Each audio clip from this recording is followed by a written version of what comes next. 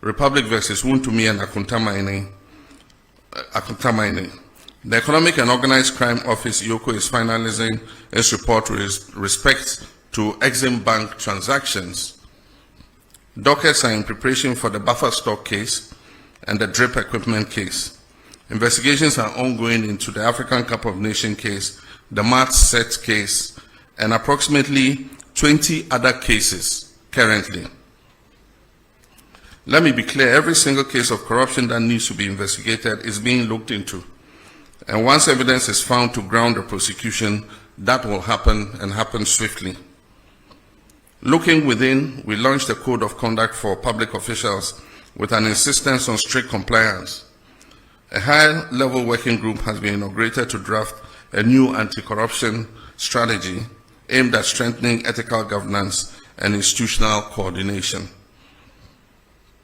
My fellow citizens, the scourge of Galamsey is receiving much attention. We've established the National Anti-Illegal Mining Operations Secretariat, NIMOS, as the Central Operations Command Center coordinating the national fight against illegal mining and its associated environmental degradation. In a coordinated effort across all security agencies and the Ministry of Lands and Natural Resources, 440 excavators have been seized. Over 1,400 arrests have been made, with suspects awaiting prosecution. Over 300 Shamfang machines have been confiscated and destroyed. Over 900 water pumps seized from illegal mining sites have been handed over to the Ministry of Agriculture for distributing to farmers for irrigation purposes. Of Ghana's 288 forest reserves, 44 had previously suffered varying degrees of destruction from illegal mining. Notably, 9 of those reserves had become no-go zones due to the presence of armed groups. Through the Ministry of Lands and Natural Resources and with support from the security agencies, we've successfully repossessed all 9 of these red-zoned forest reserves. However, over the weekend, the Jimira Forest Reserve and the Anria Futu section of the Ofinch Shelter Belt was re-invaded by illegal miners after these were handed back to the Forestry Commission. The military is currently working with NIMOS to repossess those reserves and establish a permanent presence in those liberated forest reserves to prevent re-incursion by illegal miners. 980 personnel have been recruited, trained and deployed in the Western and Savannah regions. They conduct daily operations on major river bodies, serving as community vanguards to ward off illegal mining activities. An additional 1,020 personnel will be recruited and deployed by the end of the year, bringing the total force to 2,000 blue water guards. The next phase will focus on dechemicalizing and restoring our water bodies to their pristine state.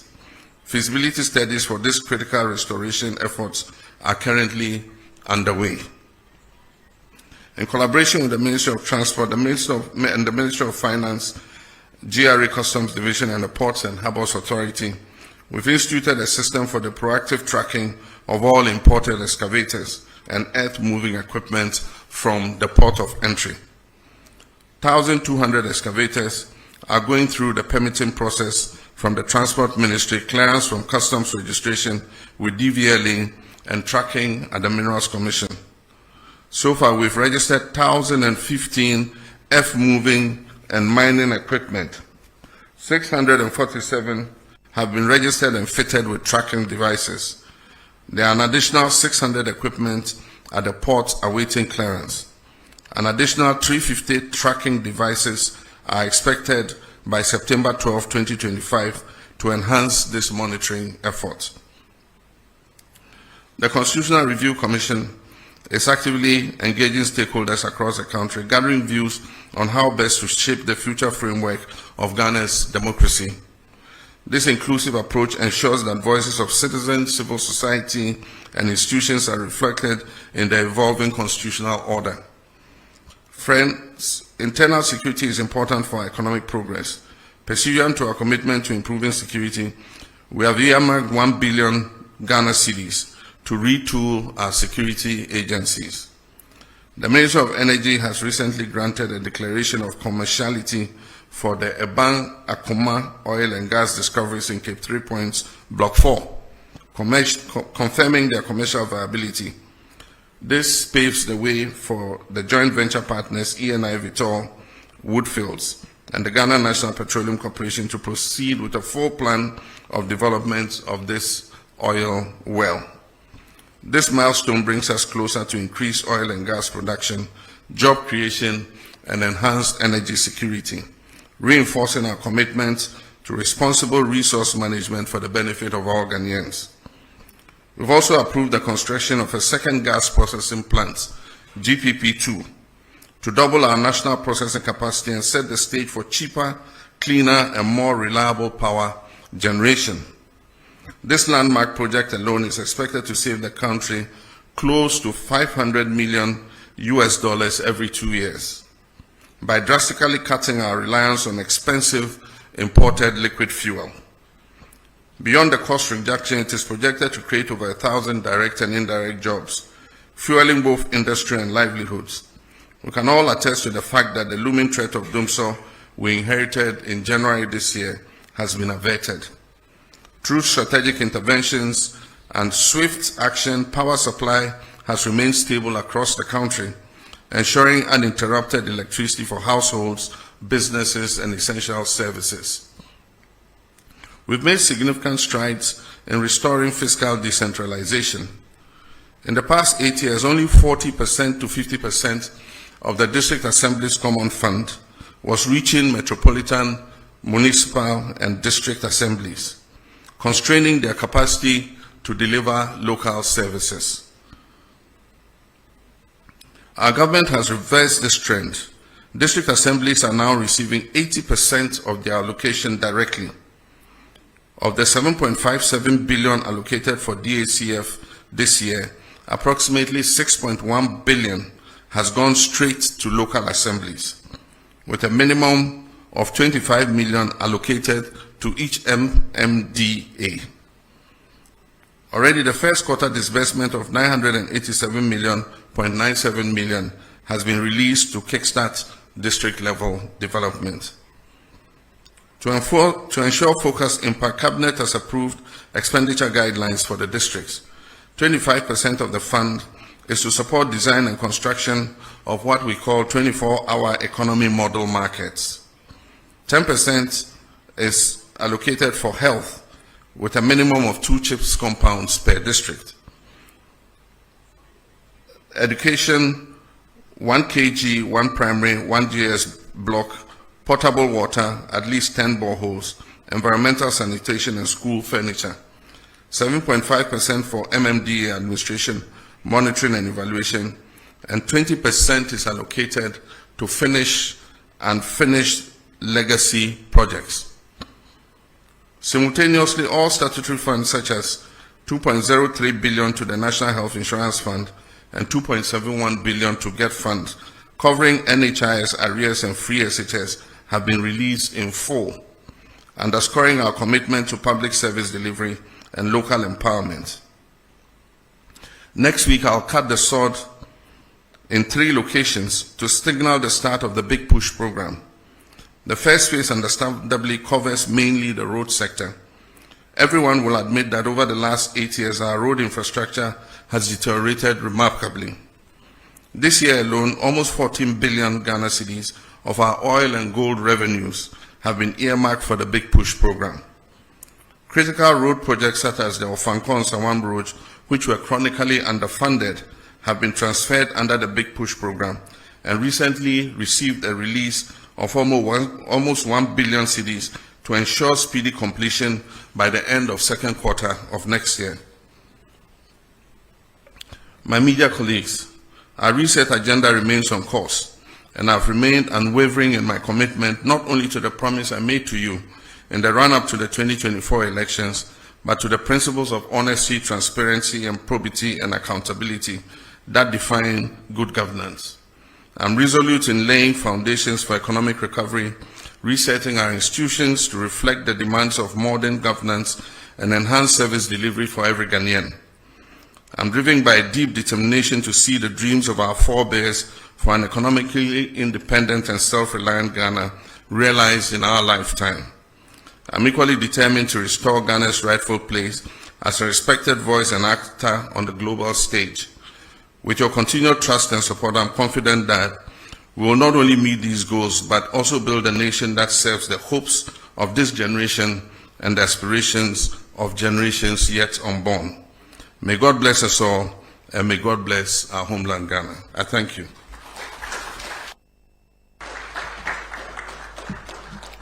Thank you very much, Your Excellency. At this stage, we will delve straight into the question and answer session, which will be guided by the following rubric. There will be one question per questioner, and this is to ensure that we maximize the time. This program is supposed to last for 1.5 hours, and we are due to leave here at 9:30. I would also entreat you to avoid lengthy preambles to questions so that we can afford as many of you the opportunity to ask questions. There will be 5 batches of questioning with 4 questions in each batch. 2 microphones will be placed on either side of the middle row to enable these questions to be asked. So at this stage, I'll call on the ushers and stewards to position the microphones so that the questions could be asked. Okay, so the gentlemen on either side of the middle row are with the microphone. So if you want to ask a question, please put up your hand. You catch my attention, I will. All right, so we have the president of the Ghana Journalists Association who is supposed to embody your collective aspirations. So I would accord him the courtesy of asking the first question. So Mr. Jumfo, you may ask the first question. After which I see Kojo Prekodankwa, and then the co-Moses of Bloomberg, and then one lady in the middle to bring the number to 4. Mr. Jumfo, you may ask your question, please. Thank you, Honorable Mr. President. Thank you so much for this opportunity, and having been given the opportunity to set the tone for the media encounter. Permit me to commend you for availing yourself for this media encounter and for your commitment to transparency and accountability. Your willingness to face scrutiny just 8 months into your term set a commendable example of good governance. We also wish to commend you for your assurance and firm commitment to safeguarding the safety and protection of journalists across the country. Now my question, Mr. President, as you may be aware, remuneration and general working conditions in the media are not the best, especially in the state-owned media, which falls under the authority of government. This situation is a key factor in our low ranking on the World Press Freedom Index under the economic indicator. What measures is your government putting in place to improve working conditions in the state-owned media and also to provide relief for those in the private media? Also, assault on journalists are on the rise, and I know this is of great concern to you as a journalist yourself and a proud member of the Inky fraternity. The Ghana Journalists Association would therefore like to know what your government is doing to address this disturbing trend. Thank you, Mr. President. Thank you very much. Kojo, you may have the microphone now. Good evening. My name is Kojo Prekodankwa, Kesben Media. In your remarks, you did touch on the issue of mining, and I want to commend your government with the achievements you chalked. But recently, we heard that Ghana Water Company is proposing almost about 280% increment in tariffs. One of the major reasons they raised has to do with Galamsey and how it is affecting them to get us good or potable water. In this way, I would want to ask, Mr. President, would you then consider the argument that we should have the state of emergency when it comes to illegal mining? Thank you. Thank you very much, Kojo. I believe I called the Moses of Bloomberg. Yes. Your Excellency, thank you very much. My name is Akol Moses, a correspondent of Bloomberg. Your Excellency, Ghana's economic indicators have turned into a positive trajectory, and buoyed by the ratings you also referenced and investor confidence. Do you think that that gives enough scope for you to go back to the international capital market, maybe for your first Eurobond after the default? Thank you. Okay, so we'll take the final question in this batch from the lady whose hand is up.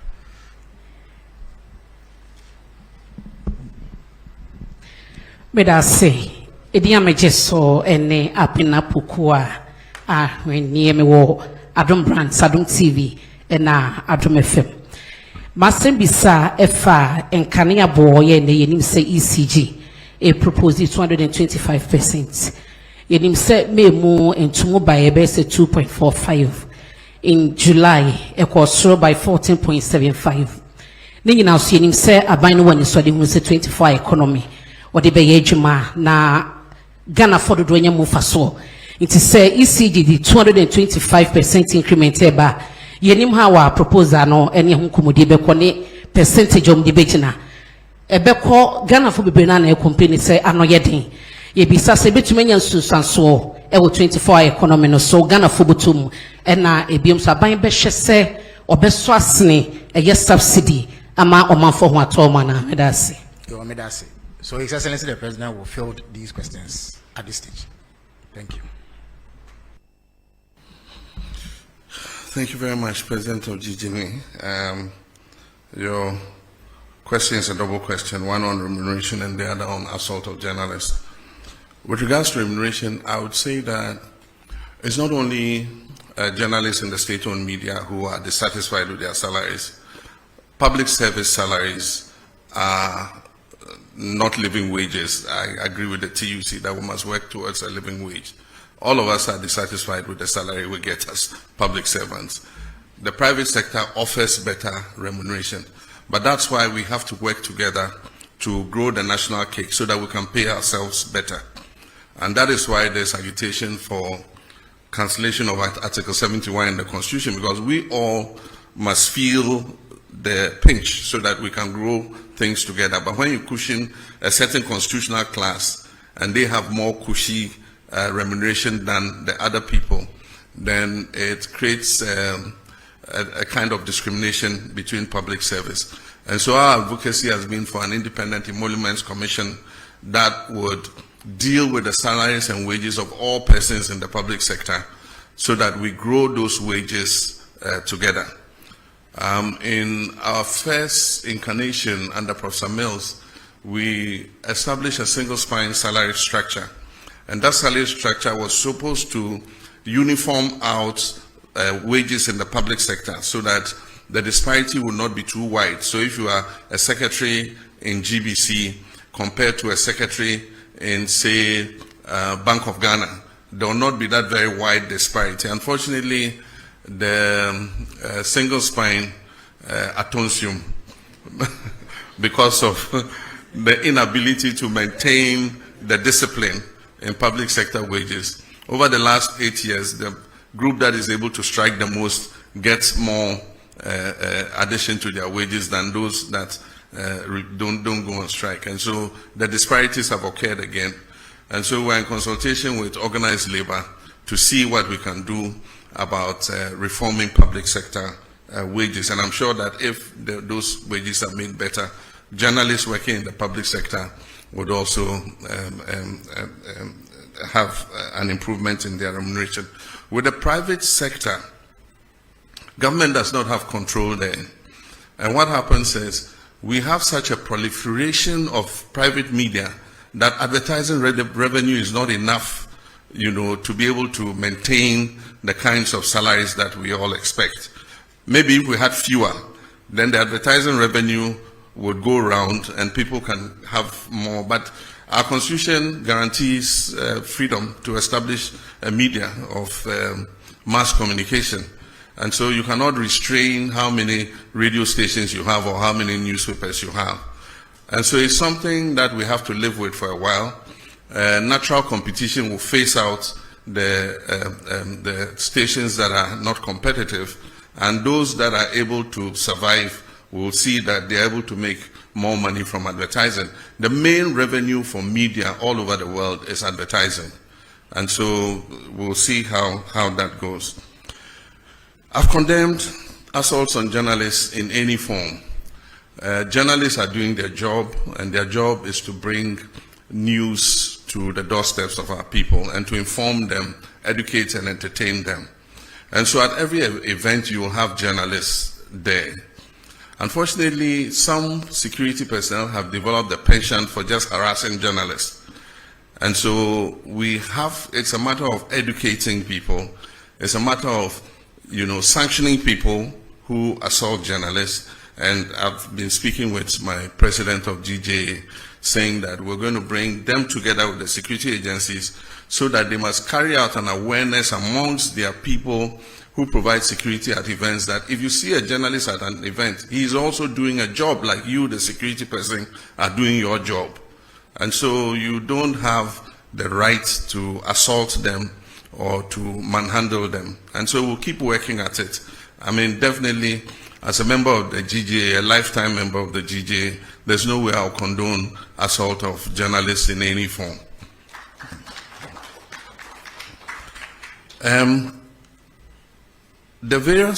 We do occasional review of tariffs. And when these tariffs are about to be reviewed, proposals are requested from the utility organizations. And so I noted that recently Ghana Water presented their proposal, and Electricity Company of Ghana also presented their proposal. It doesn't mean that the proposal they present is what is going to be implemented. We have the regulator, which is the PURC, that looks at all the factors, including the exchange rates, including the cost of production and all that, before they determine what increase in tariff is allowed. And so the fact that you hear that water company says they're going to increase by 200 and something percent does not necessarily mean that PURC is going to allow them to do that.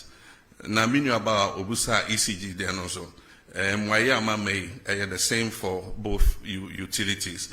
ECG so I propose 200 and something percent, but I know interest PURC budget to say omuntimi into electricity tariffs musa.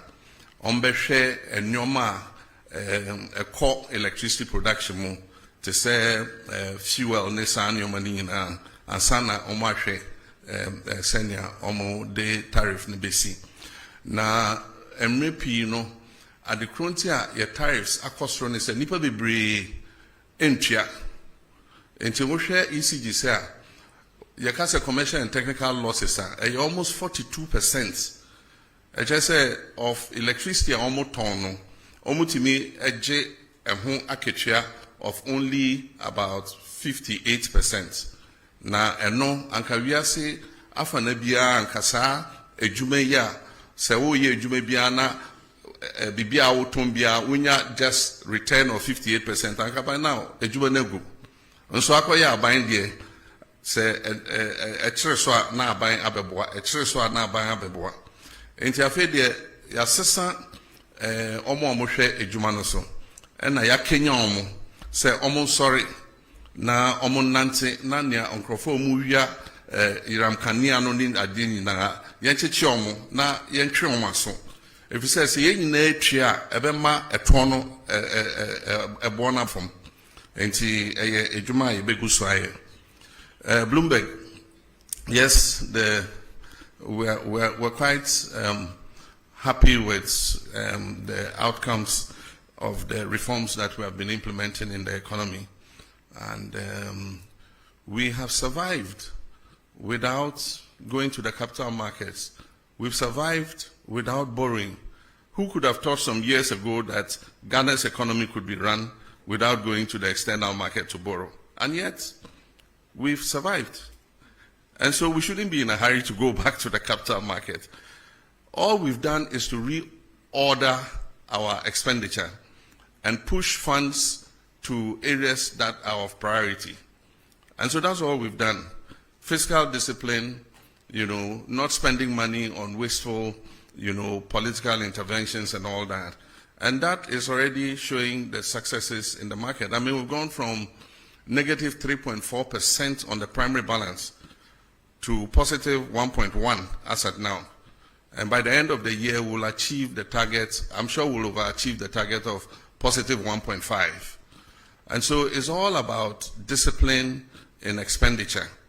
And so for me, as the president, I would not favor a quick return to the international capital market. I think we should go like this for a while and consolidate the economy before we look at external financing. Thank you. Thank you very much, Your Excellency. Now, having taken a set of questions from this side, I would go to this side and take 4 more questions. Kamini, you may have the first shot. Mr. President, it's Kamini Amano. I'm the host of TV3's Hot Issues. We look forward to your return to the